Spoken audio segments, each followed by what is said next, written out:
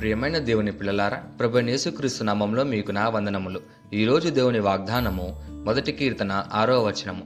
మొదటి కీర్తన 6వ వచన వాక్యం ఇలా ఉంది: నీతిమంతుల మార్గము యెహోవాకు తెలియను, దుష్టుల మార్గము నాశనమునకు నడుపును అని. ప్రియమైన సహోదరి సహోదరులారా, ఈరోజు మనం జీవిస్తున్న లోకం చాలా గందరగోళంగా ఉంది. మంచి చెడుల మధ్య తేడా లేకుండా పోతుంది. నీతిగా బతికితే నష్టమే అన్న భావన పెరుగుతుంది. అన్యాయం చేసిన వాళ్ళే బాగున్నారు, దేవునికి భయపడిన వాళ్ళు కష్టపడుతున్నారు అని మనసులో అనిపిస్తుంది. కొన్నిసార్లు మనం ఇలా అనుకుంటాం: నీతిగా బతకడం వల్ల నాకేం లాభం, దుష్టులు బాగున్నారు కదా అని. ఈ ప్రశ్నల మధ్య దేవుడు ఈరోజు మనకు ఒక స్పష్టమైన వాక్యాన్ని ఇస్తున్నాడు. అది మనకు దారి చూపే వాక్యం, మన జీవితానికి జీపీఎస్ లాంటి వాక్యం. ఈ వాక్యంలో 2 మార్గాలున్నాయి. మొదటిగా నీతిమంతుల మార్గం. అసలు నీతిమంతుడు అంటే ఎవరు?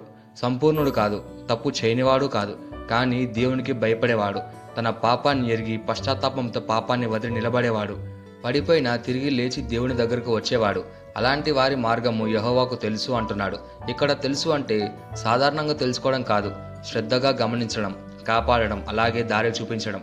అంటే నీకు ఎవరు తెలియకపోయినా, నీ మంచితనానికి ఎవరు కనిపించకపోయినా, నీ కన్నీళ్లు మనుషులకు అర్థం కాకపోయినా దేవుడికి నీ మార్గం పూర్తిగా తెలుసు అని. రెండోదిగా దుష్టుల మార్గము అని. దుష్టులంటే ఎవరంటే దేవుణ్ణి పట్టించుకునేవాడు, తనకు నచ్చినట్టే బ్రతికేవాడు, అలాగే పాపాన్ని సాధారణంగా తీసుకునేవాడు. బయటకు చూస్తే అతనికి డబ్బుంటుంది, పేరుంటుంది, ఆనందంగా ఉన్నట్టు కనిపిస్తాడు. కానీ వాక్యం ఏమంటుందో తెలుసా? ఆ మార్గము నాశనానికి నడిపిస్తుంది అని. అంటే అది స్లోగా నాశనానికి తీసుకెళ్తుంది, కనిపించకుండా పాడు చేస్తుంది, చివరకు ఖాళీగా మిగిలిపోతుంది.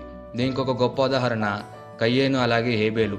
బైబిల్లో మొదటి సహోదరులు కయ్యేను ఇంకా హేబేలు. ఇద్దరూ దేవునికి అర్పణలు తీసుకొచ్చారు. హేబేలు హృదయంతో అర్పించాడు, కయ్యేను మాత్రం పైకి మాత్రమే అర్పించాడు. కాబట్టి దేవుడు హేబేలు అర్పణను అంగీకరించాడు, కానీ కయ్యేను అర్పణను అంగీకరించలేదు. కయ్యేనుకు అవకాశం ఇచ్చాడు, నీ మార్గాన్ని సరిచేసుకో అని. కానీ కయ్యేను ఏం చేశాడు? కోపంతో, అసూయతో చివరికి హత్య చేశాడు. బయటకు అతను బతికే ఉన్నాడు, కానీ లోపల నుంచి నాశనమయ్యాడు. దేశ దిమ్మరిగా తిరిగే పరిస్థితి వచ్చింది.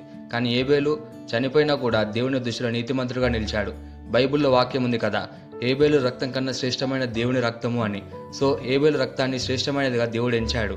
నీతిమంతుల మార్గము దేవునికి తెలుసు, దుష్టుల మార్గము నాశనానికి నడిపిస్తున్న వాక్యానికి ఇది ఒక మంచి ఉదాహరణ. ఈ వాగ్దానాన్ని మన జీవితానికి ఎలా తీసుకోవాలంటే, మొదటిగా నీతి మార్గాన్ని ఎంచుకోవాలి. సులభమైన మార్గం కాదు, కానీ సురక్షితమైన మార్గం, చివరికి ఆశీర్వాదనిచ్చే మార్గాన్ని మనం ఎంచుకోవాలి.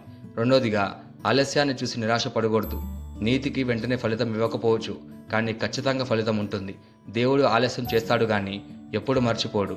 మూడోదిగా దేవుని భయంతో నడవాలి. మనుషులు చూస్తున్నారా లేదా అని కాదు, దేవుడు చూస్తున్నాడు అన్న భావంతో బతకాలి. ఒక్కటి మాత్రం గుర్తుపెట్టుకో, నీ మార్గం దేవునికి తెలుసు, అదే నీ భద్రత. ఈ వాగ్దానాన్ని మనం స్వతంత్రించలాగున మనం ప్రార్థన చేద్దాం. మమ్మల్ని మిక్కిలిగా ప్రేమించిన ప్రియా పరలోకపు తండ్రి, నీకే కృతజ్ఞతాస్తుతులు, వందనాలు చెల్లించుకుంటున్నాం ప్రభువా. ఈరోజు నీ వాగ్దానం ద్వారా మాతో మాట్లాడినందుకు నీకే ధన్యవాదాలు చెల్లించుకుంటున్నాం ప్రభువా. మంచి చేల్చి అలసిపోయిన వారిని నువ్వు చూస్తున్నావు.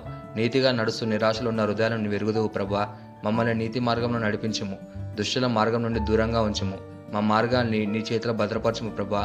మనుషులు మారిపోయినా నువ్వు మారని దేవుడవు. మమ్మల్ని నీతి మార్గంలో నిలబెట్టమని ప్రార్థిస్తూ యేసుక్రీస్తును అడుగుచున్నాం తండ్రి, ఆమెన్.